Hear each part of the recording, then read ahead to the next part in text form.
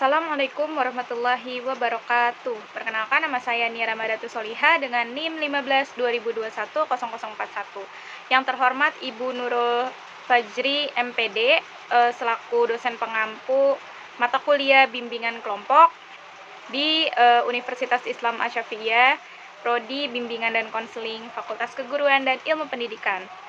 Oke, langsung saja kita masuk ke dalam pembahasan. Materi yang akan saya bahas yaitu tentang pelaksanaan layanan bimbingan kelompok untuk meningkatkan ketakwaan siswa terhadap Tuhan Yang Maha Esa. Oke, sebelumnya saya akan menjelaskan latar belakang dari apa yang akan saya bahas. Jadi, pendidikan ini diperlukan oleh manusia untuk meningkatkan kualitas hidup, mewujudkan diri sesuai dengan tahapan tugas perkembangan secara optimal sehingga mencapai taraf kedewasaan tertentu, serta memiliki keilmuan dan ketakwaan. Nah, berdasarkan Undang-Undang Republik Indonesia Nomor 20 Tahun 2003, Pasal 3 tentang Sistem Pendidikan Nasional telah digariskan tentang tujuan pendidikan nasional sebagai berikut. Pendidikan nasional berfungsi mengembangkan kemampuan dan membentuk watak serta peradaban bangsa yang bermartabat dalam rangka mencerdaskan kehidupan bangsa. Bertujuan untuk berkembangnya potensi peserta didik agar menjadi manusia yang beriman dan bertakwa kepada Tuhan Yang Maha Esa. Berakhlak mulia, sehat, berilmu, cakap, kreatif, mandiri, dan menjadi warga negara yang demokratis serta bertanggung jawab. Ini berdasarkan Undang-Undang Nomor 20 Tahun 2003. Nah, berdasarkan tujuan pendidikan nasional yang disebutkan tadi, dapat kita simpulkan bahwa pendidikan nasional mempunyai tujuan untuk membimbing dan membina siswa agar menjadi manusia berperadaban, bermartabat, cerdas, berpotensi yang berdasarkan nilai-nilai keimanan dan ketakwaan kepada Tuhan Yang Maha Esa. Lanjut ke dalam pembahasan materi, yaitu pengertian dari bimbingan kelompok. Bimbingan kelompok ini adalah konselor, di mana nih konselor memberikan layanan bimbingan kepada siswa melalui kelompok-kelompok kecil. Nah, bimbingan ini ditujukan untuk merespon kebutuhan dan minat para siswa. Itu menurut Mamat Supriyatna. Selanjutnya di sini saya akan membahas menurut Prayitno pada tahun 2001, ia menyatakan layanan bimbingan kelompok ini adalah layanan bimbingan dan konseling yang memungkinkan sejumlah peserta didik secara bersama-sama melalui dinamika kelompok memperoleh berbagai bahan dari narasumber tertentu. Nah, narasumber tertentunya ini terutama dari guru, pembimbing, dan atau membahas secara bersama-sama pokok bahasan atau sebuah topik tertentu yang berguna untuk menunjang pemahaman dan kehidupannya sebagai individu maupun sebagai pelajar dan untuk mempertimbangkan dalam pengambilan keputusan dan atau tindakan tertentu. Jadi itu menurut Prayitno. Jadi layanan bimbingan konseling ini terdiri dari beberapa siswa, beberapa peserta didik yang nantinya akan diadakan sebuah narasumber atau terjadinya dinamika kelompok seperti itu. Selanjutnya yaitu ada tujuan bimbingan kelompok. Tujuan dari layanan bimbingan kelompok ini adalah untuk mengembangkan langkah bersama menangani permasalahan dalam kelompok. Dengan demikian dapat hubungan yang baik antar anggota kelompok, kemampuan berkomunikasi antar individu, pemahaman berbagai situasi dan kondisi lingkungan. Dapat mengembangkan sikap dan tindakan nyata untuk mencapai hal-hal yang diinginkan sebagaimana terungkap di dalam kelompok. Di sini juga ada menurut Bennett Tatik Romlah tahun 2001, tujuan layanan bimbingan kelompok ada 4 nih. Yang pertama ini memberikan kesempatan pada siswa belajar hal-hal yang berkaitan dengan masalah pendidikan, pekerjaan pribadi dan sosial. Kemudian memberikan layanan-layanan penyembuhan melalui kegiatan kelompok. Kemudian selanjutnya, bimbingan secara kelompok ini lebih ekonomis daripada melalui kegiatan bimbingan individual. Dan yang terakhir, untuk melaksanakan layanan konseling individu secara lebih efektif. Jadi walaupun ini secara berkelompok, jadi untuk individunya itu lebih efektif ya teman-teman. Oke, dari beberapa tujuan layanan bimbingan kelompok yang tadi disebutkan ahli, bisa kita simpulkan bahwa tujuannya ini yang utama ini untuk melatih murid untuk berani mengemukakan pendapat di depan teman-temannya.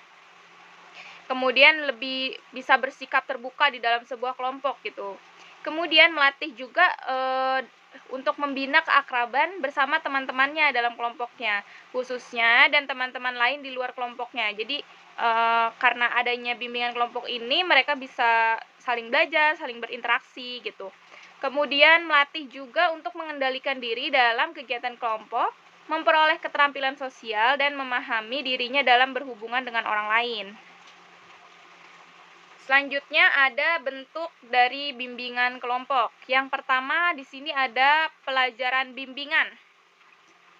Oke, ahli bimbingan menghadapi kelompok yang sudah dibentuk untuk keperluan pengajaran, jadi tidak terjadi pengelompokan kembali, tetapi dipertahankan satuan-satuan kelas yang sudah ada.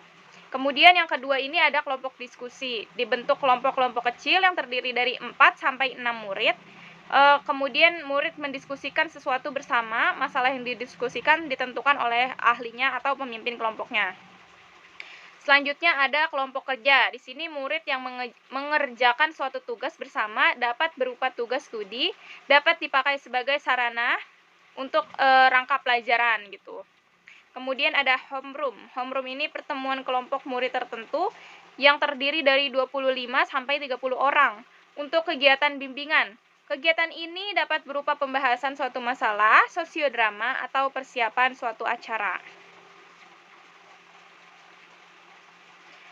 Oke, selanjutnya ada unsur pelaksanaan bimbingan kelompok. Jadi layanan bimbingan kelompok ini dilakukan dalam bentuk kelompok dengan menekankan unsur-unsur terpenting dari bimbingan kelompok. Di antaranya adalah dinamika kelompok, pemimpin kelompok, dan anggota kelompok, serta tahapan-tahapan bimbingan kelompok yang harus ada agar tercapai tujuan dari bimbingan kelompok yang tadi. Oke, yang pertama ini dinamika kelompok. Serter Darstun pada Tati Romlah 2001 mengemukakan definisi dinamika kelompok, yaitu kuatnya interaksi antar anggota kelompok yang terjadi untuk mencapai tujuan. Adapun aspek-aspeknya di dalam dinamika kelompok yaitu komunikasi dalam kelompok. Jadi saling berinteraksi, berkomunikasi, timbal balik gitu. Kemudian kekuatan di dalam kelompok.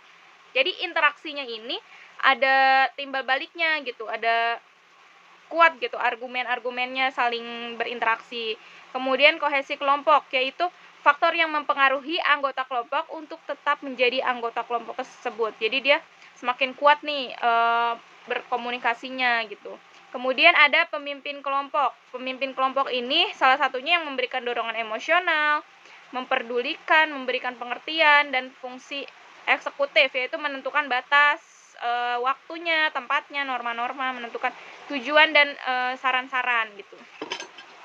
Kemudian ada anggota kelompok. Anggota kelompok ini biasanya membantu terbinanya suasana keakraban antara anggota kelompok yang tadi menghidupkan dinamikanya dan interaksi dengan pemimpin kelompok, bertanya-tanya, seperti itu. Kemudian yang selanjutnya yaitu pengertian takwa.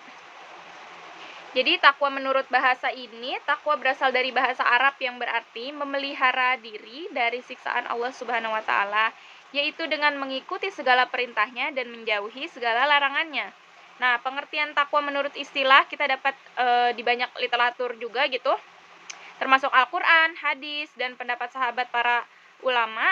Semua pengertian takwa itu mengarah pada satu konsep, yaitu melaksanakan semua perintah Allah, menjauhi larangannya, dan menjaga diri agar terhindar dari api neraka atau murka Allah. Alhamdulillah. Kemudian ciri-ciri orang yang bertakwa itu apa sih? Oke, yang pertama nih ada pada surat Al-Baqarah ayat 2-5 yang artinya kitab ini yaitu Al-Qur'an tidak ada keraguan padanya, petunjuk bagi orang-orang yang bertakwa dengan orang bertakwa. Apa sih? Orang-orang yang bertakwa. Nah, dari Quran tersebut Dengan ciri-cirinya yaitu beriman pada yang goib, mendirikan sholat, menafkahkan sebagian rezeki yang Allah karuniakan kepadanya, beriman kepada apa yang diturunkan kepada Nabi Muhammad, dan sebelum Nabi Muhammad, kemudian yakin kepada hari akhir. Itu ciri-ciri orang yang bertakwa. Kemudian ada lagi pada surat Al-Baqarah ayat 177, yang artinya mereka itulah orang-orang yang benar dan mereka itulah orang-orang yang bertakwa. Apa sih ciri-cirinya di dalam Al-Baqarah ayat 177? Yang pertama, beriman kepada Allah Subhanahu wa taala, hari akhir, malaikat-malaikat, kitab-kitab, dan nabi-nabi. Kemudian memberikan harta yang dicintainya kepada kerabat, anak yatim, orang-orang miskin, musafir, dan orang-orang yang meminta-minta. Kemudian membebaskan perbudakan, mendirikan sholat, menunaikan zakat, memenuhi janji bila dia berjanji, kemudian bersabar dalam kesengsaraan atau penderitaan dalam waktu peperangan. Jadi itulah ciri-ciri orang yang bertakwa. Baik, selanjutnya yaitu kesimpulannya dari artikel yang sudah saya cari, yaitu dari pelaksanaan bimbingan kelompok pada kelas A, B, C di MTS Negeri Mula Warman Banjarmasin adalah dengan model atau bentuk kelompok diskusi, di mana satu kelompok terdiri dari 3 orang dan ada 3 kelompok yang telah diberikan layanan bimbingan kelompok. Kemudian kendala pelaksanaan meningkatkan ketakwaan terhadap Tuhan Yang Maha Esa ini adalah dari kendala keterbatasan waktu, keterbatasan sarana dan prasarana, serta keterbatasan biaya. Adapun cara mengatasi kendala dalam pelaksanaan, meningkatkan ketakwaan siswa terhadap Tuhan Yang Maha Esa dengan menggunakan waktu sebaik-baiknya agar dapat tetap dilaksanakan, kemudian kreatif, kemudian menggunakan sarana dan prasarana yang ada, dan biaya yang terbatas. Kemudian untuk hasil pelaksanaan layanan bimbingan kelompok untuk meningkatkan ketakwaan siswa terhadap Tuhan Yang Maha Esa telah memberikan hasil yang positif, di mana 6 orang dari anggota yang mendapatkan layanan bimbingan kelompok lebih meningkat ibadahnya dan sopan santunnya. 2 orang lebih meningkat di bidang sopan santunnya terhadap guru, dan 4 orang lagi lebih meningkat dalam hal kejujuran dan kesabarannya. Dan dari hasil tersebut dapat disimpulkan bahwa dengan pemberian layanan bimbingan kelompok, maka ketakwaan siswa terhadap Tuhan Yang Maha Esa dapat meningkat. Baik, segitu saja yang bisa saya sampaikan dari materi yang sudah saya cari dari sebuah artikel jurnal. Kurang lebihnya mohon maaf.